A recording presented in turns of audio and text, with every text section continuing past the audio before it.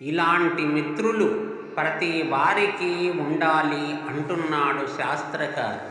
శ్లోకం: పృచ్ఛకో మార్గదర్శీ చ ధైర్యశాళి విదూషకః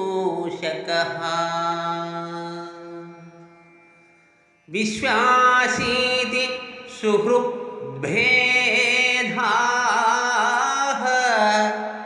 నరస్యావశ్యకా ఇహ.